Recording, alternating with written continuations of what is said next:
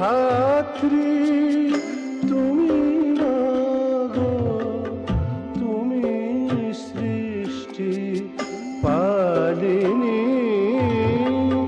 দেবগণের আদি মাতা তুমি গায়ত্রী।